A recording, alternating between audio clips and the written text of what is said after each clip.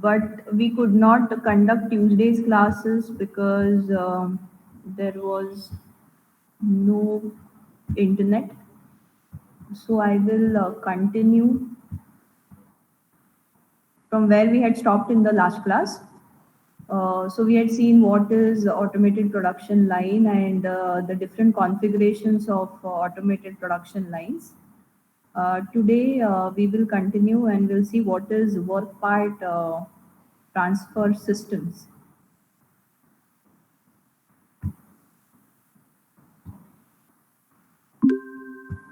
Yes.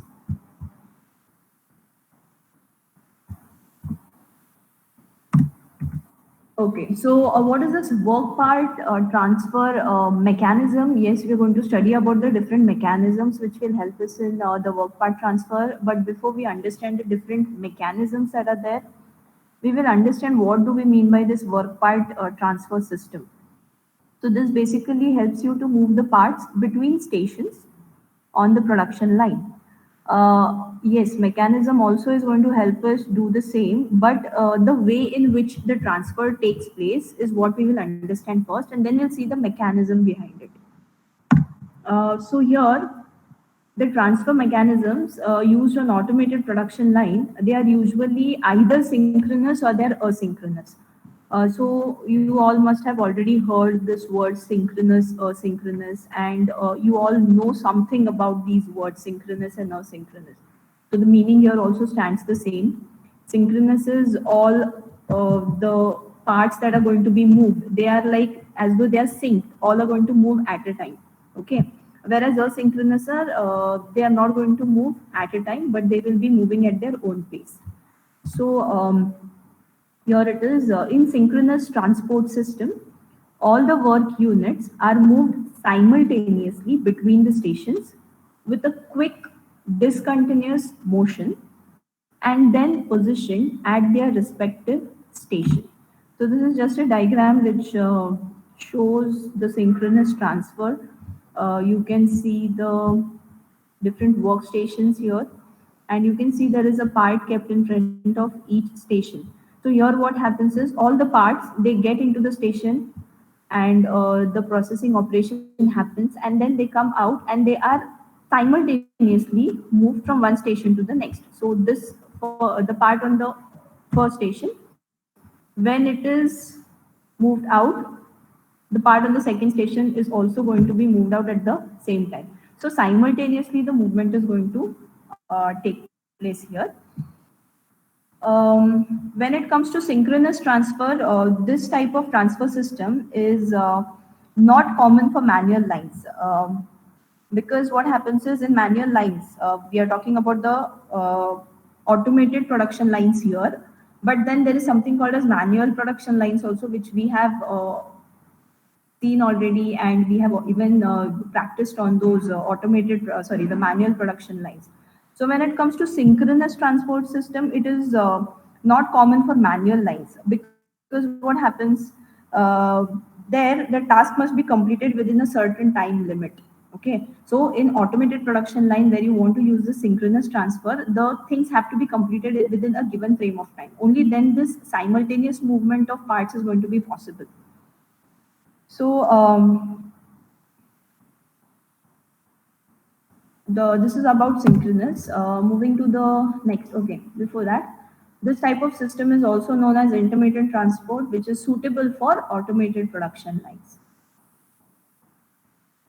In a synchronous transport system, a work unit leaves a given station when the assigned task has been completed and the worker releases the unit. Work units move independent rather than synchronously. So here the work units are going to be moving from one station to another when the task that has to be performed on a particular station is complete. So here you see that the work parts need not move simultaneously with respect to all the stations. Rather, they move independently. Okay. And there is one more type of work part transport system, that is continuous. So continuous system uses a continuously moving conveyor that operates at constant velocity. This method is common in manual assembly lines. We do not have continuous transport system in automated assembly lines. Automated production lines. In the next unit, you all will be studying about the assembly lines. So I hope you know the difference between an assembly operation and a production operation. An assembly line or an assembly operation is where all the parts are going to be assembled to bring out the final product. Whereas in production lines, you have some processes, some operations done on every part so that it can be brought nearer to the finished part. So continuous production transport system, it is most suitable for manual assembly lines and not production lines. Okay. So all of you must have seen these videos like Food Factory and all. Have you all seen it? Yes, ma'am. Okay, so there are so many. If I take the example of say maybe some okay, Coca-Cola or some soft drink food factory video, if you have seen, for example, Coca-Cola, you see that all the bottles that are there, they are going to be lined up. Okay, they will be moving continuously. That is an example of a food industry where you're not actually performing any processing operation. But I'm giving you that example because I think most of you all must have seen it, and that is what we mean by an automated line. Okay, an automated production line. Here the product is different. There is no machining operation, of course, we are doing on that product, but you can see the transport systems there. You have all the bottles just following.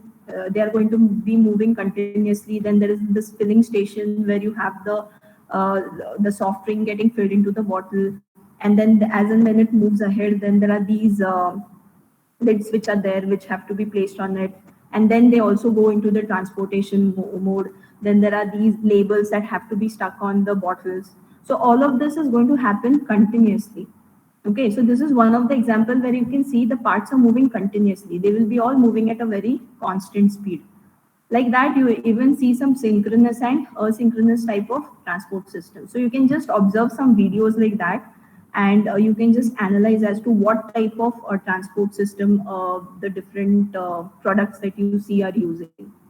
So these are very general examples. You can see some examples with respect to manufacturing.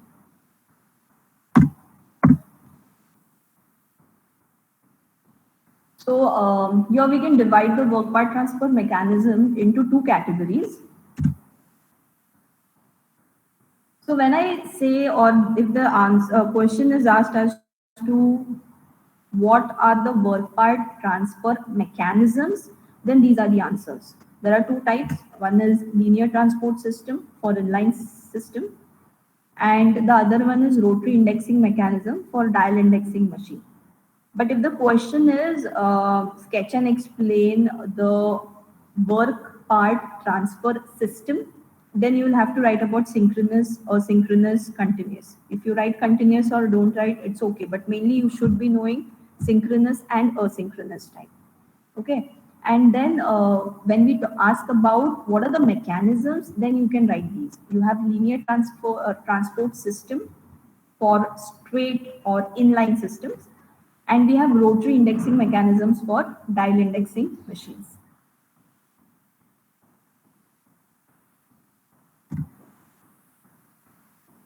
Some of the linear transport systems, they provide synchronous movement while others provide asynchronous.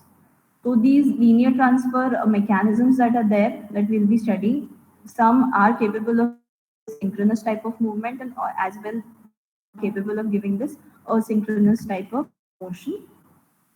The rotary indexing mechanism, it provides synchronous motion. So rotary basically is more suitable for synchronous type of motion.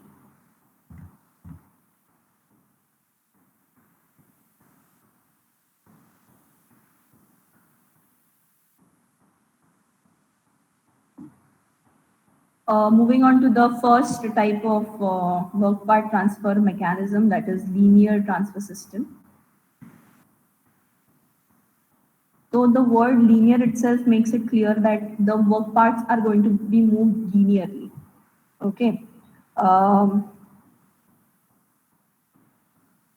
These linear transfer systems, they include powered roller conveyors, belt conveyors, chain-driven conveyors, and cart-on-track conveyors.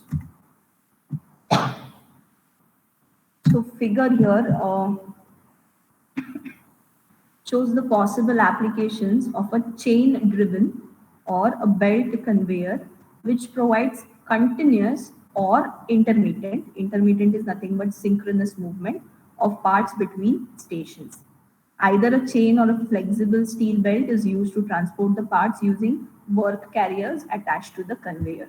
So here you can see this is a chain driven. You can see this is a belt conveyor, belt conveyor. You see there is a one wheel here and there is another wheel here. One of these wheels is going to be the driving wheel and the other one is going to be a driven wheel. And on that you have a belt. Okay, so this can either be a belt or it can be a chain driven conveyor, and there are different types of belts that are available. I'll show it in the next slide. So you have these work carriers. Okay, so on this you have the work part that will be placed, and this particular driving wheel, this is an indexing mechanism. Okay, there is a mechanism which will make these work parts move at a certain pace. Okay, so suppose if this is the driving wheel, this is going to be the driven wheel, and then you have this platform on which, or the belt on which the parts will be kept, and you have the workstation somewhere here. So at every station, when the part comes in front of the station, this wheel has to stop. Okay, once the task is completed, then by the indexing mechanism, the wheel is going to move to the next station by equal distance. All of these will be placed at equal distance, and the movement, it either happens continuously or it can be a synchronous type of movement that takes place here. So depending upon what type of movement is required, you can function or you can set the mechanism for these conveyors. So here you can see this is yet another example for belt conveyor. Here is an application of this belt conveyor. You can see here. This is some site where you have, say, maybe this is some crusher site or it can be some mining plant or somewhere. Here you can see this is a belt conveyor. Here it's a belt conveyor, and you can see there are these. They're carrying this mud on it. Okay, so this belt conveyor is going to move continuously. So what it is doing, it is automatically transferring some part. Okay, in this case, it is the mud that it is transporting from one station to the other station. So you can imagine if this is moving continuously, can you actually perform any task on it? You cannot. Therefore, it is said that continuous transfer of parts, whenever it takes place, it is not suitable for automated production lines, because this belt, it will be moving continuously and you cannot perform any task on it. Instead, you can go for synchronous or asynchronous type of mechanisms. So there is one more type of linear transfer system that you can see here. It is the overhead trolley systems that we have. You have some parts which will be attached here and they will be moved from one station to another, and this again is going to be a fixed track which is there in the industry or on the shop floor, and the part only moves along that track. So this basically is very much suitable for heavy large work part units. Then this is another example, that is a roller conveyor. So these all are basically helpful in transferring the parts linearly. Okay, so these are rollers. They can be powered rollers. There will be, yeah, here you can see this is one of the applications where these power roller conveyors can be used. When these rollers are given the power, they will start moving the parts on it. Okay, when the rollers start moving, the part which is kept on it, that also starts moving in a certain direction. Then we have skate wheel conveyors. So this is a skate wheel conveyor. This again depends upon the work part that you are moving. If the work part has a flat surface, okay, then it can be placed on okay, such type of conveyors. Okay, if they are very smaller parts that have to be moved, then this type of conveyor will not be helpful because those parts can just start falling down. In that case, you have to go for a belt conveyor. So it depends upon what is the part that you want to transfer from one station to other, and accordingly you can choose the type of conveyors. So these are just some examples that I'm showing for linear mechanisms. Many machining type transfer lines, they utilize a walking beam transfer system. So in which the parts are synchronously lifted up from their respective stations by a transfer beam and moved one position ahead to the next station. Okay, so this is a very important mechanism in linear transfer. The different examples that I just discussed, that is the different types of conveyors that we just saw, they are most likely used whenever there is continuous transfer of parts that has to be taken, okay, which is not suitable for this automated production lines. But yes, it is suitable for automated assembly lines. You can use those. But when it comes to these synchronous type of movement of parts which has to take place, walking beam transfer system or walking beam mechanism is one of the most suitable.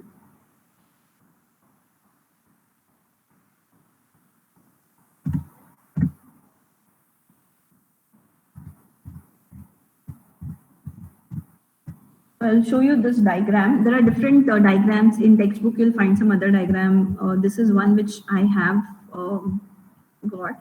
So this is a transfer beam mechanism that you see, which is going to help you to transfer the parts linearly and synchronously. Okay. So what is there in this is, we will see the operation of a walking beam mechanism, how it actually operates. So before we understand the operation of it, let us just see what are the main elements of this walking beam mechanism. So here the mechanism, here it is the piston cylinder type of mechanism that they have used. It can be some other type of mechanism as well. Here you can see, okay, here you can see this lower track which is there. This is a transfer rail, and then there is one more that is a fixed rail. I'll show you here also. In this you can see something like this. There are two beams actually. There is one beam which will be a fixed beam, and there is one more beam which is going to be a transfer beam which can be moved. So in this case you have the transfer beam which is shown in yellow color, and you have the fixed station beam which is shown in cream color. On this fixed station beam, you have the work parts placed. Okay, so the task is what? You have to move the work parts. Suppose this is station 1, 2, 3, 4, 5, and 6. Okay, so the work parts, these are the 5 work parts which are already on stations 1, 2, 3, 4, and 5.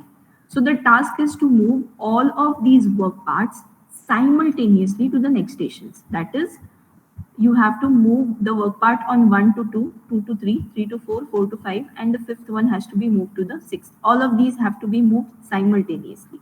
Okay, and of course it is moving linearly.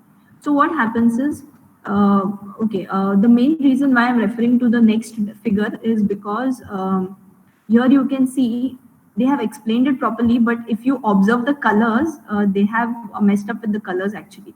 If you see in the first figure, they have given cream color to fixed station beam, whereas in the next figure, they have given it to the transfer beam. So this could be a little confusing. Therefore, I have chosen to explain it with this diagram. Okay. So here, it's the same. You have 1, 2, 3, 4, 5, and 6. You have the work carriers on which you have the work pieces that will be kept. So this beam which is there, the lower side, the transfer rail, this will just go beneath this fixed rail, and when this particular transfer beam lifts, it is going to move up, it will lift the work parts which are kept on the fixed rail. Okay, so here you can see it has lifted the work parts, and then so initially the transfer beam is going to move upward, and then it will move sideward such that it will move the work parts to the next stations all simultaneously. And then once it moves sidewards, you can see here initially this station, this part, it was vacant. When it moves sidewards, it will then place all the work parts on the next stations and again retract and come to its original position. So if you can see, initially you had the work part on station 1 and the last station was empty, whereas at the end you will see that first station gets empty and the last station is going to be filled. So here you can see initially all the parts are kept here. When the transfer beam, it starts moving. Transfer beam is flexible, it can be moved, and the fixed beam is going to be fixed. It is just going to carry these, hold these work parts on it. Okay, so first you can see initially you have the transfer beam here, the blue color one. It will move in the upward direction. So motion of transfer of beam is shown here. So this blue color beam, it will move upward. When it moves upward, it will lift the work parts which are on the fixed beam. Okay, once that is done, next the transfer beam will move in the right side direction. So motion of transfer beams, first it has lifted it, then it will move in right side. The direction is right side. And then once it moves on the right side, that means it has gone to the next station. All the parts are moved at a time, so it is all happening simultaneously. So it can be a synchronous type of work part transfer system.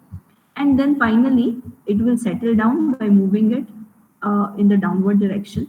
So once the transfer beam moves in the downward direction, while it moves down, it will place the work parts on the fixed beam.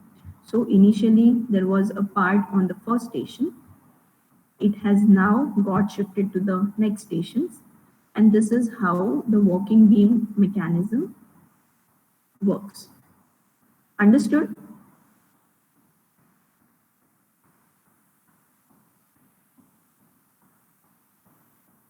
Yes. Yes, ma'am.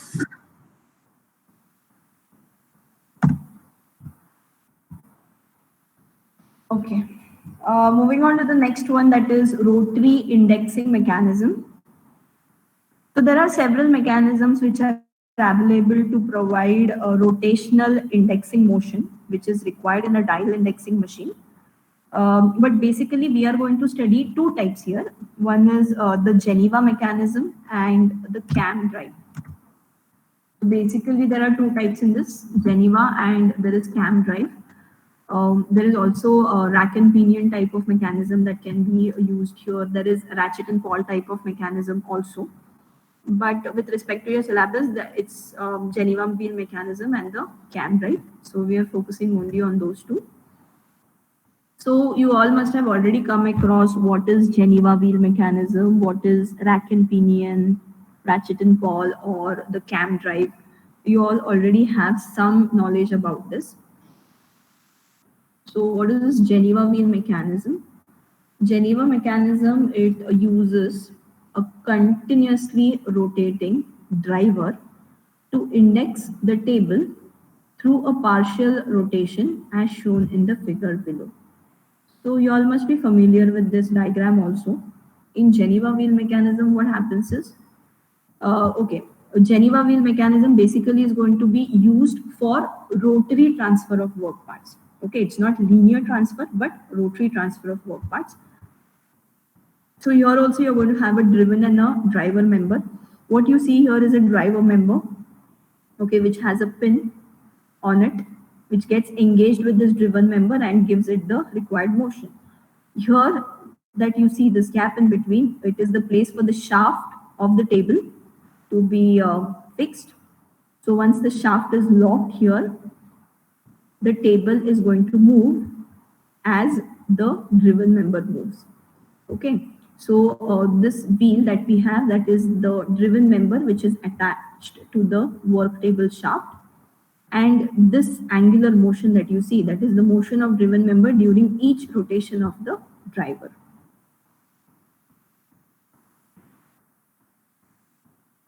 The driver only causes motion of the table through a portion of its own rotation.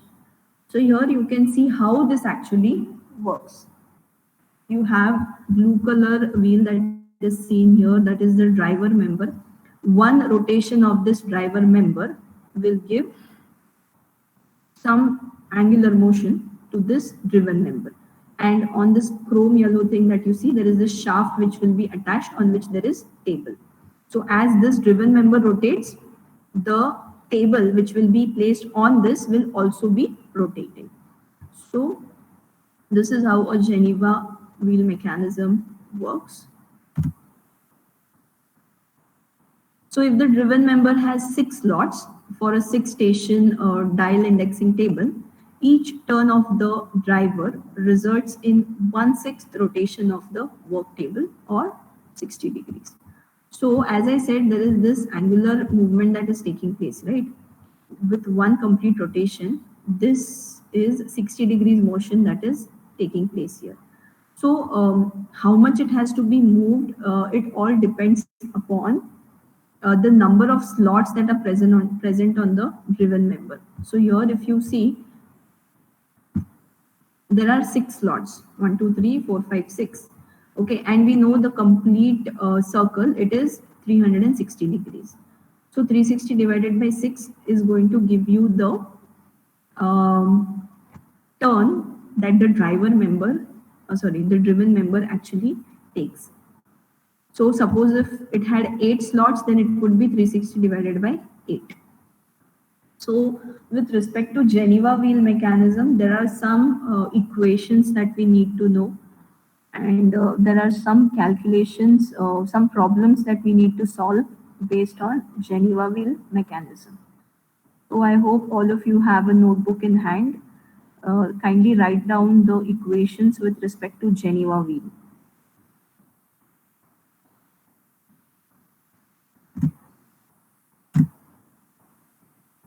So basically, to start with,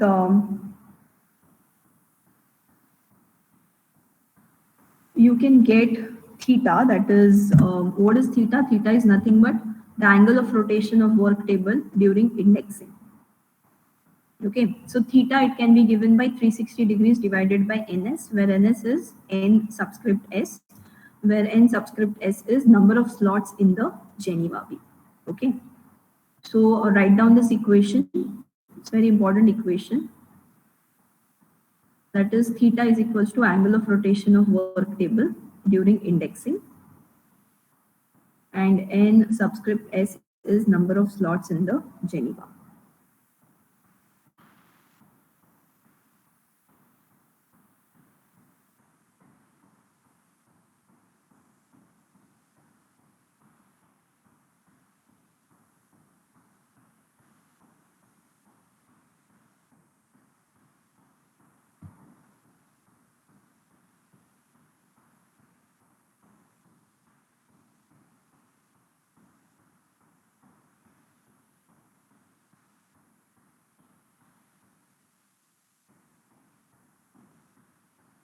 So this Geneva wheel, basically it can have 4, 5, 6 or 8 slots,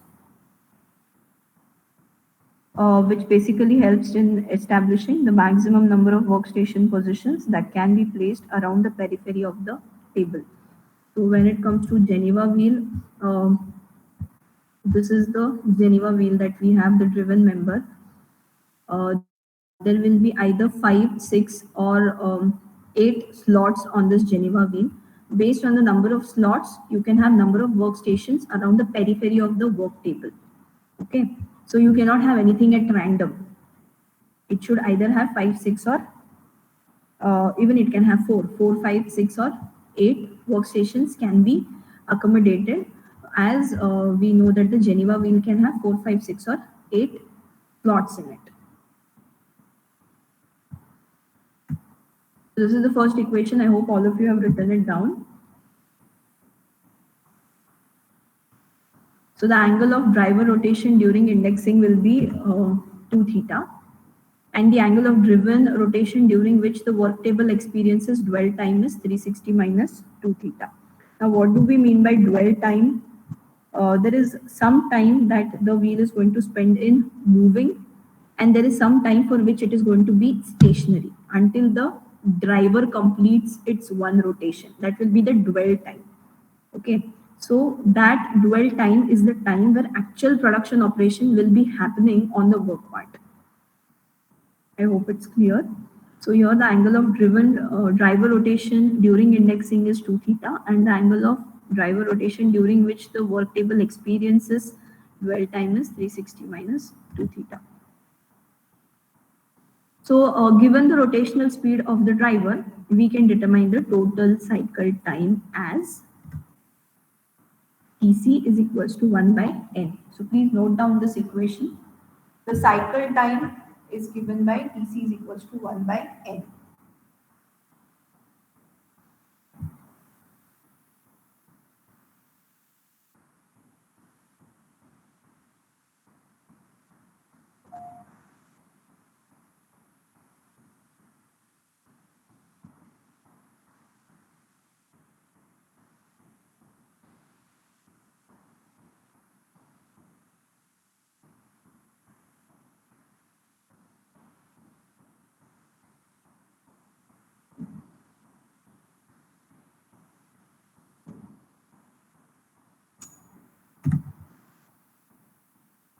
So Tc is the cycle time. The unit for cycle time is minutes.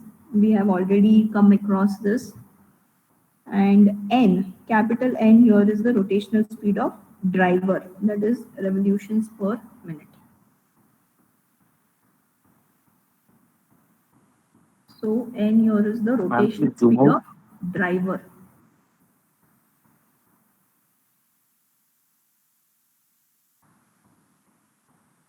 So of this total cycle time that we find out, Tc, there is some time which is the dwell time, okay, and there is some time which is the actual service time, okay. So some time where actually the rotation stops, where the actual operation takes place, and then there is some time which is spent for moving the work table to the next station. Of the total cycle time, the dwell time or available service time per cycle is given by T subscript S is equal to 180 plus theta divided by 360 into n. We already know what is theta here, and we already have come to know what is n here. I hope all of you are writing it down.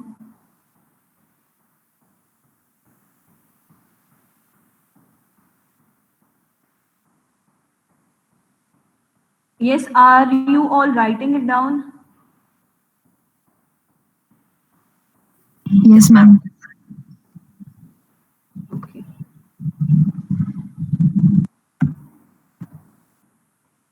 Where T subscript S, it's the available service or processing time, or it is also called as the dwell time. Unit is minutes. So similarly, indexing time. So there is some time, as I said, is utilized in moving, and some time which is spent in just getting the part processed. So the time which is actually spent in moving, that is the indexing time. It is given by T subscript R is 180 minus theta divided by 360 into n.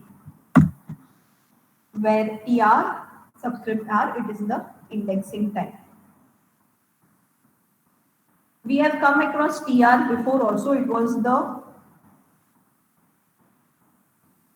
transfer time that we have seen it as. So it's indexing time here. Don't get confused. The meaning here is same, but the formulas that you're using are different. This is with respect to Geneva wheel mechanism.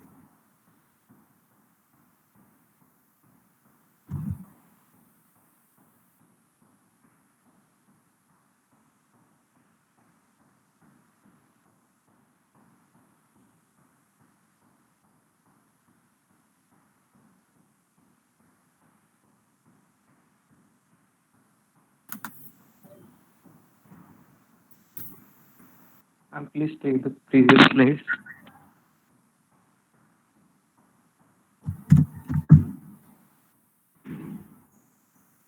this is clear. These equations are clear.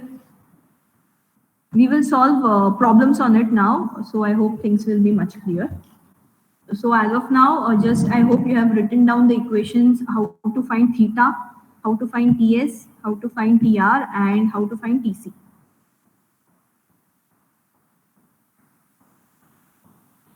Is it clear? Shall I proceed? Previous slide.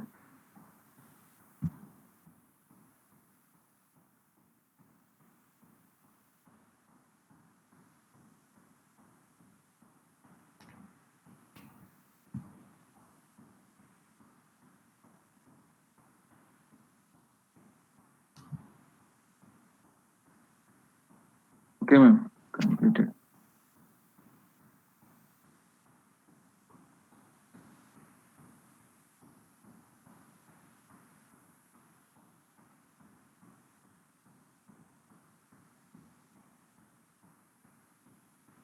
Completed? Yes, ma'am. Okay, the last mechanism that we have, that is a cam drive. There is nothing much in this. All of you know how a cam basically works, a cam drive mechanism. So various forms of cam drive mechanisms are used to provide an accurate and reliable method of indexing a rotary dial table. We know that cam drives are basically very expensive. Okay, but what happens? Yes. Okay, but what happens is it also has this advantage of we can control the velocity and the dwell characteristics. So in this case, where we are using rotary mechanisms, the dwell time is very important. Okay, the time where actual processing or the actual service is going to happen, that time is very important. So with cam drives, controlling that is going to be very easy. But yes, at the same time, the cam drives are going to be very much expensive. So this is how a cam drive works. You can just see here also.